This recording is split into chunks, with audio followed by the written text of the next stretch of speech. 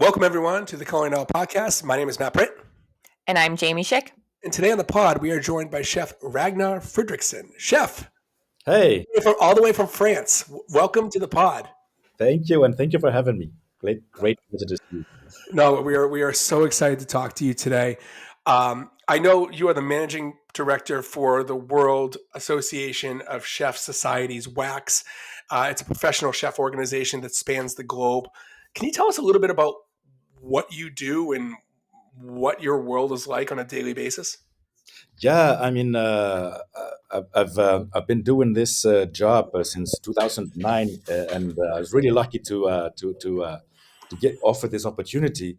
I mean, what we do really is we make things possible for chefs to do better in the world and to support others. There is mentoring, there are competitions, there are training, there are seminars, social projects, so much happening. And we have a great, very impressive pool of volunteers in our different committees all over the world, and just to put the tools there to help them make things happen. In short, that's in short. So, Chef, I have a question. I should say is this organization WACS? Is it just for culinary professionals and working chefs, educators, or can students get involved too? Yeah, so really, yeah, so it's for professional, including students, and I think really the schools, the culinary schools, the educators are really a big part of that community. So basically, what we are a federation of chef associations in 100 countries, but we also have a big network of culinary schools where we do have our training programs, that we do have seminars, webinars that the people in these schools, both educators and students, they can engage, and we have physical events. I think we mentioned competitions around the world. We have our World Chef Congress we organize every 2 years. So next one is going to be in Singapore, 2024. Big excitement. We have a young chef forum there. So really, we take care of the young people. And what we really feel that we need to be reaching out to the young people in the culinary schools, really from early stage, to include them, to help develop them, to bring them up, bring them into the family, because they are going to be our future leaders. They're going to be the future leaders of our industry, of our association. So it's really, yes, all inclusive. Yeah. No, that's important because I liken World Chefs to a little bit like the American Culinary Federation. It's an organization that supports and educates, and I think one of the biggest challenges with these types of organizations is the challenge in getting young blood involved.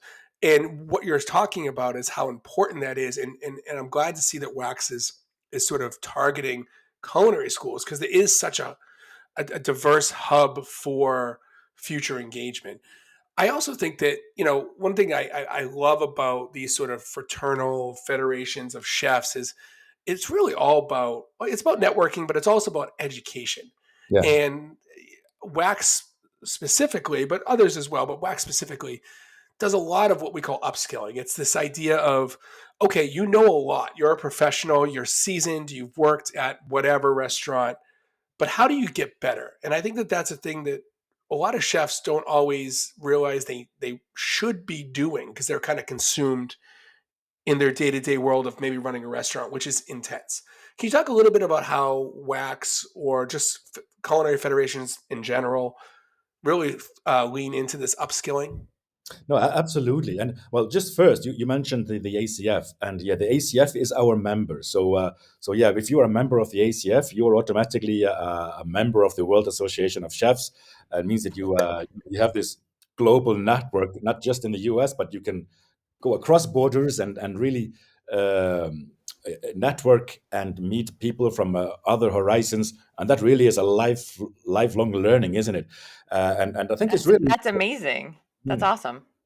yeah, good for you to know. And yeah, we do have a lot of similar to what you would have on national basis. We do a lot of webinars. We have seminars, physical ones around the world, and our events I mentioned. really, I think it's important for chefs to get out of the kitchen and be engaged. It actually helps creativity. It opens up new opportunities, and also yeah, boosts your career in sense that you you are always getting inspiration from others. So what we do, we have, as I mentioned, we have a lot of webinars, and what we're doing, we're using our credentialing. So anytime we organize a webinar, you sign up. You can sign up through our website, and we will issue this certificate in a digital badge to you. That also where you can showcase your skills, the upskilling that you're doing to your peers, to other chefs, to possible employers. So you're also making your skills visible to others, and I think all that is very important to advance in your career. Yeah. Chef, I do want to talk about what you just said, but I want to go back to saying that it's important to get out of the kitchen. And I want to talk a little bit about traveling because I know it's something Yes. that you do. And I want you to kind of speak to why it's important for people to travel and get out of the kitchen, even if it's just traveling like for us state to state or city to city, but also on like a global scale too. Yeah, I mean, especially in over the last decades, food has become such a central part of traveling. So there is so much to Yeah. see and learn, and producers and chefs and everything is very open minded now. So to travel and taste to get the flavors for inspirations. I mean, I can tell you a story. We have our World Chef Congress every 2 years in a different location, and we have about 800 people to 1,000 people, a lot of them young chefs, also educators, and we sort of tried to give them a taste of the local vibe. Last Congress was in Abu Dhabi. The one before that was in Kuala Lumpur. Before that in Greece, and we travel around, and I know it's very useful even just to get there and network and meet other colleagues. Just as like a story from our Young Chef Forum. So not me, but a young guy from Iceland who traveled to one of our congress all the way to New Zealand. So he was just about 20, 21, just coming out of school and just starting his first job. Got them in a room together with young people, young chefs from all over the world, and they created a lot of dynamic network and friendship. And you know what? 3 months later, he was working in a 3-star Michelin, the Fat Duck in outside of London. All through that connection he made. So you never know if you stay closed in the insular, then you miss out of so much. You only get these opportunities when you step outside and reach out to others. And that's scary, right? I mean, as chefs, I like to think that most chefs are sort of internal people. Like they're very much, Oh, you know, definitely. I don't know. I feel like a lot of chefs are shy. And getting out and stepping outside your comfort zone, let alone traveling across borders internationally, it's scary. But like the networking part is important. Going back a little bit to the upskilling thing you talked about, and I'm speaking more as an academic, like a culinary educator. Part of what we have to do every year is professional development and continuous education. And I think that that can be also intimidating as to like, what do I do? And I know I've benefited greatly from the webinars you mentioned on wax, but number one, because they're approachable, you can do them from your own home and you're learning valuable, relevant information that you can then apply to sort of the requirements of your gig. So if there's any like sort of culinary teachers or educators out there, like take advantage of that opportunity. I don't want to like let that go. I think that that's an uh, important takeaway. Um, you talked a lot about travel and about how getting people from different world places in the world in the same room can um, really jumpstart or boost their career. Is there a place like in all your travels? Because part of what you do is you travel all the time. Is there a place in the world you feel that when you went there was just like whoa. And like you can't say France because I know you're in France right now, and Paris is like a special place. France in general is a special place. Don't say France. Like where have you gone? Or I'll even frame it this way: like a young chef is like, Chef Ragnar, I have some money. I want to travel. Where should I go to get the food that's going to blow my mind? What do you say to that person? Yeah. First, before answering that, what I find is really, yeah, no, what I find is really amazing, in especially in the last, 2 3 decades, is how uh, different countries, when they're developing tourism in the country, and the last couple of decades, maybe 3 decades, food has become like an essential part of how they promote their country. So come and experience our gastronomy. So what I would say is, like, this has been really, really positive for our profession, because it's given recognition that, standing next to the tourism minister is a chef, and he's representing the country.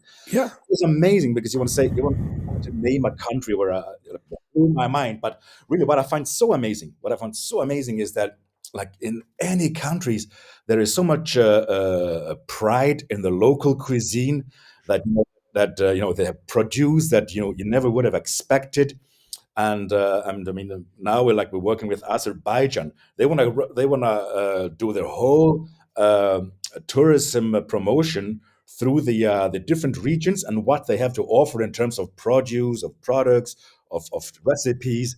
So everywhere nowadays, it really has become like the focal point of traveling is you taste the destination through their food.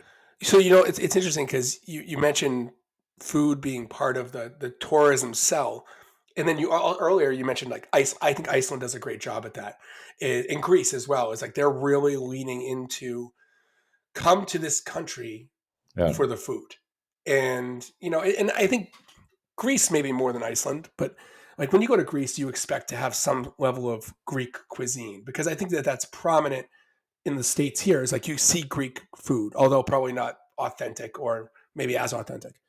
You really don't see Icelandic food, maybe outside of skier, in in the states. And I think that it's one of those things that I mean, having been to Iceland, it's the food's unbelievable. I mm. mean, Yeah, you wouldn't have thought that.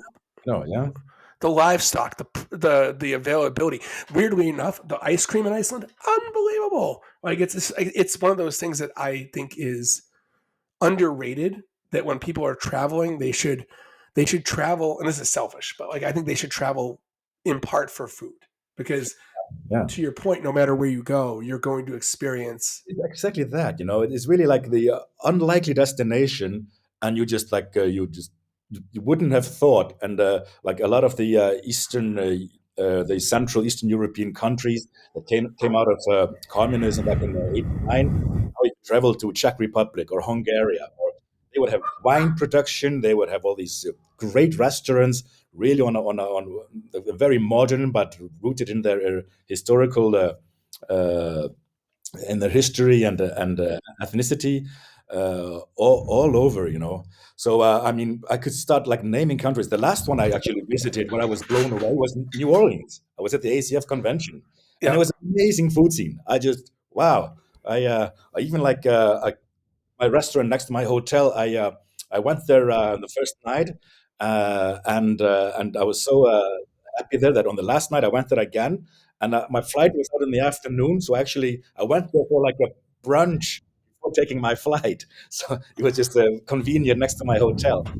But I visited so many great restaurants, and it was yeah, a mind blowing restaurant scene. But again, try India. The food is amazing. Try all the Asian countries like yeah, Singapore. In Singapore, it's all around street food, and you will have flavors, and like there are markets that have produce that you will like not find elsewhere, and everywhere, everywhere. yeah. So, No, and and I think that's it's so. I mean, I'm happy that even someone like yourself who travels for your job can experience New Orleans and be like, whoa, yeah, because it's such a pocket cuisine of our country. I mean, it obviously has huge roots going back to Europe and to elsewhere, but it's such a special place for food, and you can get things there that you probably can't get anywhere else. And I think that that speaks to what you were mentioning with some of those like post Soviet areas. Is there's pockets of nuances in those that you don't get. I liken it a little bit to like Central America. Like everyone maybe lumps Central America into one type of cuisine, but yeah, it going from Costa Rica to El Salvador to, I mean, there's so many different nuances that Like I just encourage students to travel. Like anyone who's passionate about food. Yeah, I wouldn't want to point any one country, and you'll say Latin America, like Peru, Mexico, amazing food cultures there, and you will find something different and something very specific in all of these cultures. And that's how you actually get to you almost like get to know the culture through their food as well. Mm. Right. So at this point, we're just going to take a little break, and we're going to come back in a little bit with more Chef Ragnar. We're going to talk about some of his other sort of talents, and we'll be right back. All right, welcome back, everyone. Chef, in traveling, and I kind of stalk your social media, I see a lot of amazing photographs. And I know this is sort of a passion of yours, is to like really capture, because like, we just got on this whole tangent about traveling and about how it's important. Going to a location, like it's easy to forget most of what you saw when you were there. Why is food photography important to you? And I guess if I'm speaking broadly, the business in general, the industry. Mm. Hey, I got into food photography was really by a chance. It's true that I was much into photography when I was like a teenager, not food photographer at the time, but I had my equipment, the Argentic, the old films, you roll up, and so I loved all that. But yeah, passion food, really because hospitality is my passion. So the food, the wine, the hotels, the restaurants, I love all that, and so passion food is because when I was a young age at 18. I thought like I had to make a choice to go to university, sort of school, or follow my passion, and so I got a job in a restaurant, and so I haven't looked back since. Got into food photography, uh, really by a chance. I was involved with the Michelin star chefs in the Champagne region. I proposed a project, and we did a book together, and I did all the photos, and from then we bound a really strong relationship where I was doing their photos all the time, and it's a lot of fun to do, and it is great fun. But why is it so important today? Is the question? Is because social media online. This is really where we you get your name out there and you catch people's attentions, and it's mostly through images now, more videos than anything else. But so for a chef to have somebody with him, around him, in his establishment, or being able to do it himself, to really uh, create these visual testimonials for his skills, really helps to reach a big audience, and create awareness. So it's a really key of communication today, and food is I think it visual. Yeah. I think it also goes back to marketing. It's how a lot of places or people are marketing themselves or businesses. And I agree. Food photography is one of my passions as well. And I kind of just fell into it through the social media world actually, and being inspired by what people are posting.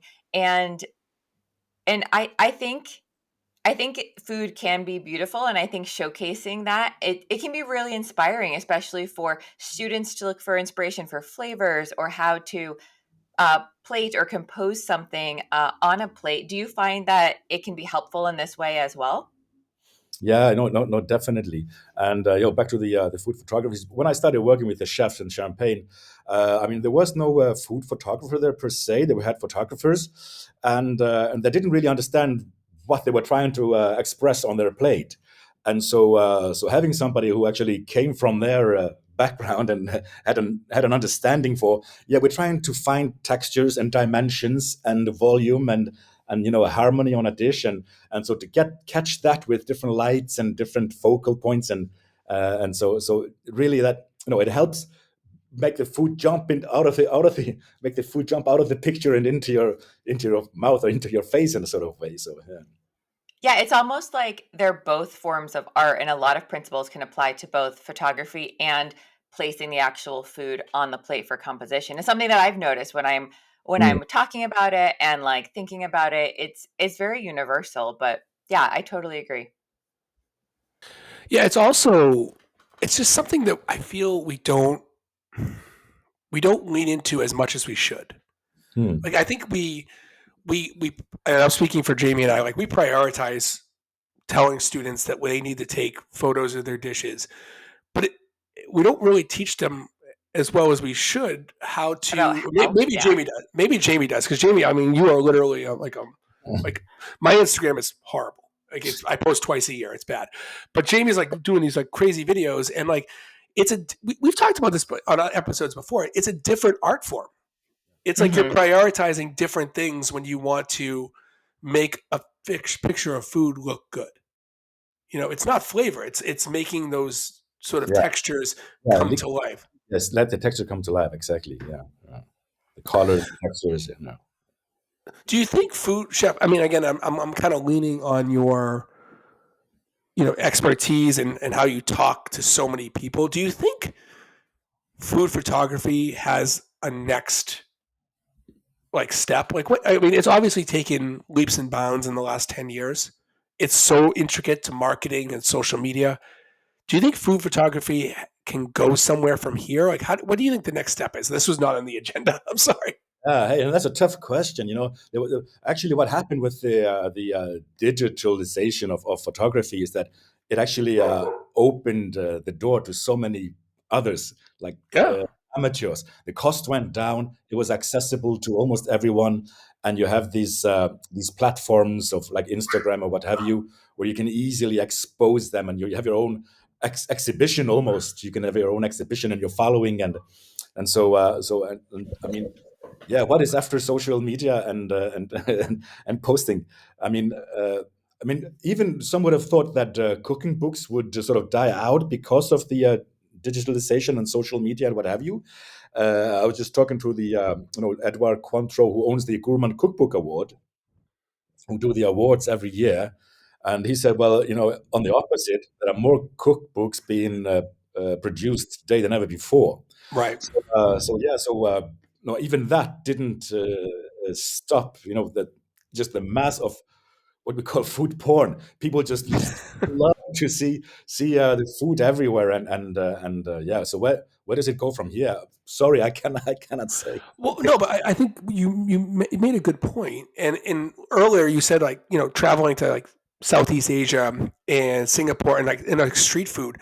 I feel like social media and food photography has elevated these types of cuisines that normally didn't get the recognition they deserve. Like I firmly, and Jamie, I know I say this all the time. Like I believe that like you can have just as great of a meal in the back alleys of Hong Kong that you can in the most Michelin rated restaurant in Absolutely, in Paris. And I'm probably going to get crucified for saying that, but like I think it's true. And absolutely. social media has done an excellent job in breaking barriers for chefs that are just slinging a walk in an alley somewhere to showcase their food matters. So Yeah, I mean I just think I think you're right. I think it's going to get way more intense, just like cookbooks. I think it's going to ramp up, and there's going to be precision and appreciation for maybe like technique. I think there's going to get people that are doing it maybe a little bit sloppy, and there's going to be um, a desire to appreciate the ones that do it right. So you have a point there, because I mean, I just learned now that you are teaching this to your students in the school.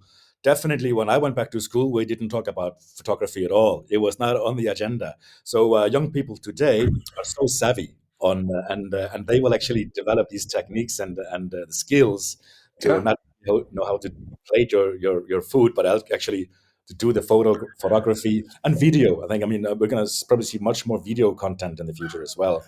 I mean, I learn more from my students in this. I mean, I can tell a student, okay, this is what people want to see. They want to see things that are going to be satiating and they're going to make them want.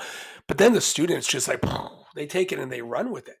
And Yeah, they're actually I learn more about social media from them than I yeah. do from my own sort of just general knowledge, which is kind of like the backwards way of education. But I think it's actually really valuable. It's like it's a cohesive a symbiotic relationship of learning, which I think is really, really, really healthy. Um, on things that we don't really talk about as much as maybe we used to in culinary school. When I was in school, everyone always talked about competitions. It Hmm. was this thing that if you wanted to do something great, you went out and you competed. we're still in that space, but I don't think it's as prevalent as it used to be. And I don't know why, because I mean, even if you go out and you do a competition and you completely fail, I think that there's more value in that than just sitting in a room reading a cookbook. They're both important, but how does competition play into your job, your personal opinion? Like, where do you stand on the importance of that?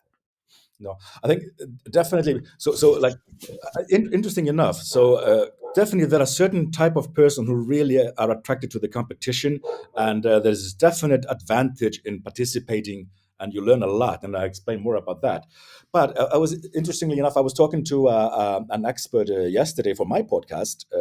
On World Chef podcast, who is Nice plug, chef. Nice plug. World Chef Podcast. Check it out. I didn't mean to, yeah, but do check it out because she actually has created programs for culinary schools and for hospitality schools to for well-being. This is not the subject of the discussion here, but she was saying because we talk a lot about stress in the kitchen and how people cope with it, and there is a way of like your students, there are some that might aspire to be on the big stage in Michelin stars and having that, creativity and get all that out of their system. And they want to do competitions because they want to push themselves.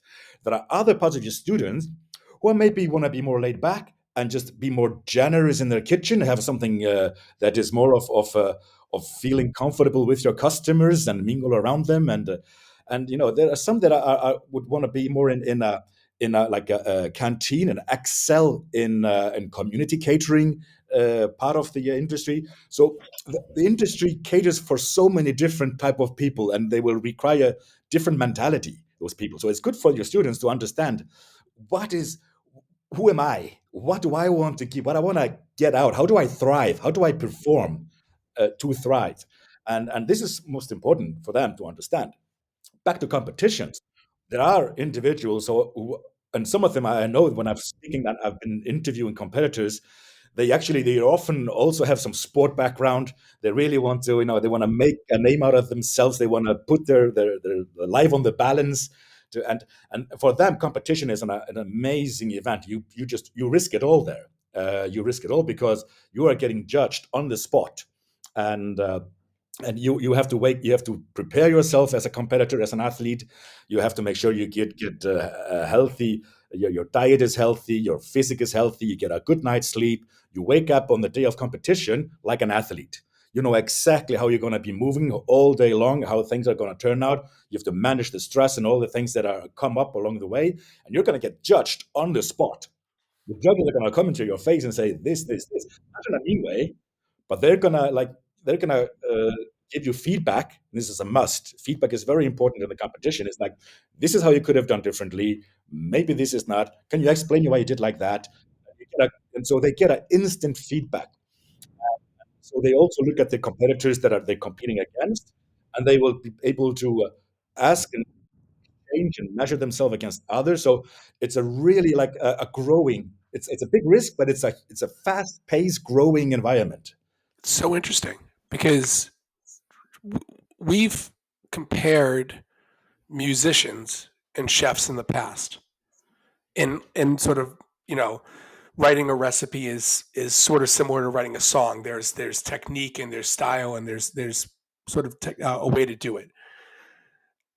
I like the idea that like maybe, and like I'd have to think about this a little bit, but like maybe the people that are competing, are they also active in sports? Because I agree with you, Chef. I think that those are. Jamie's shaking your head no. Jamie, what do you mean? Like, I'm shaking my head no because I've competed multiple times on small scale and larger scale, and as much as I thought at one point I was an athlete, I am not. But are I'm you not. competitive? Would what's you your like mind? playing in the when you were playing in the playground? Did you want to win whatever it was, like or chess or Yeah, well, whatever? see, that's it. That's it. Is I like winning. It's a I like mindset. winning. Yeah. But I also understand losing, and I understand the lessons that can be learned from, because I did some ACF competitions and I wanted to get first place, but I've only ever gotten silver in an ACF competition. I have like 4 silver medals. And it was like it was a whole joke when I was a student, but I could only ever get a silver medal. But I understand the drive to want to keep going, to push yourself to do better. And the learning experience when maybe you don't place at all, but the learning experience and hearing the feedback, and though it might take you a few days to process what they were saying and how you can apply it, but I think it's so important to growing as a Right. chef. It's a mindset. I mean, and so I think about, again, Jamie, I was also, shocker, horrible at sports when I was a kid. But like I think about like the young student who might be like 5 feet tall and has no chance of playing basketball ever. But maybe they have that mindset that is competitive. And I think I was talking more the mindset, but I see your point. It takes a lot of It's guts to put your to lay it down there on the table. All your oh yeah.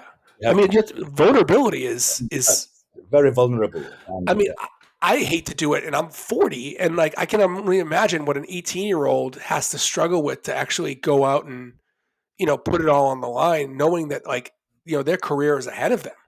It's super intimidating.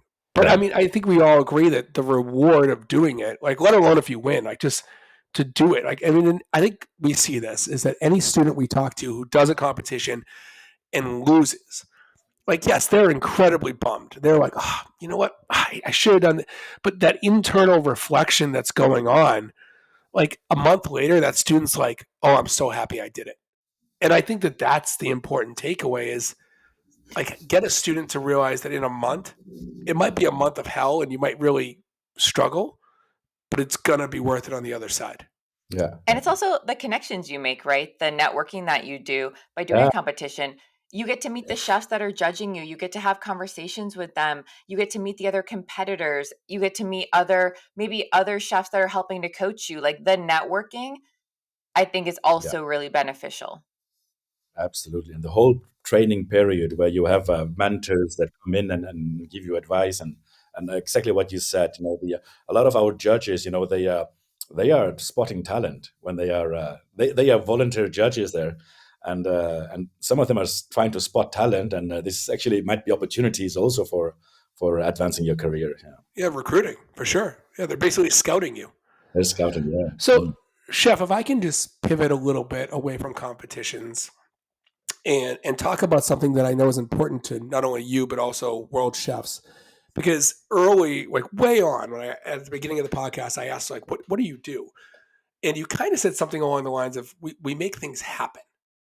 And we say this a lot. I believe this that like a white coat is a responsibility, not only because food is so important to just survival, but also because chefs have this weird ability to impact people in a very positive way. And like you look at someone who's doing this on like let's say the highest, most you know uh, notable or public level, like Jose Andreas, someone who's going into war zones or disaster areas and is like providing food, which is so important.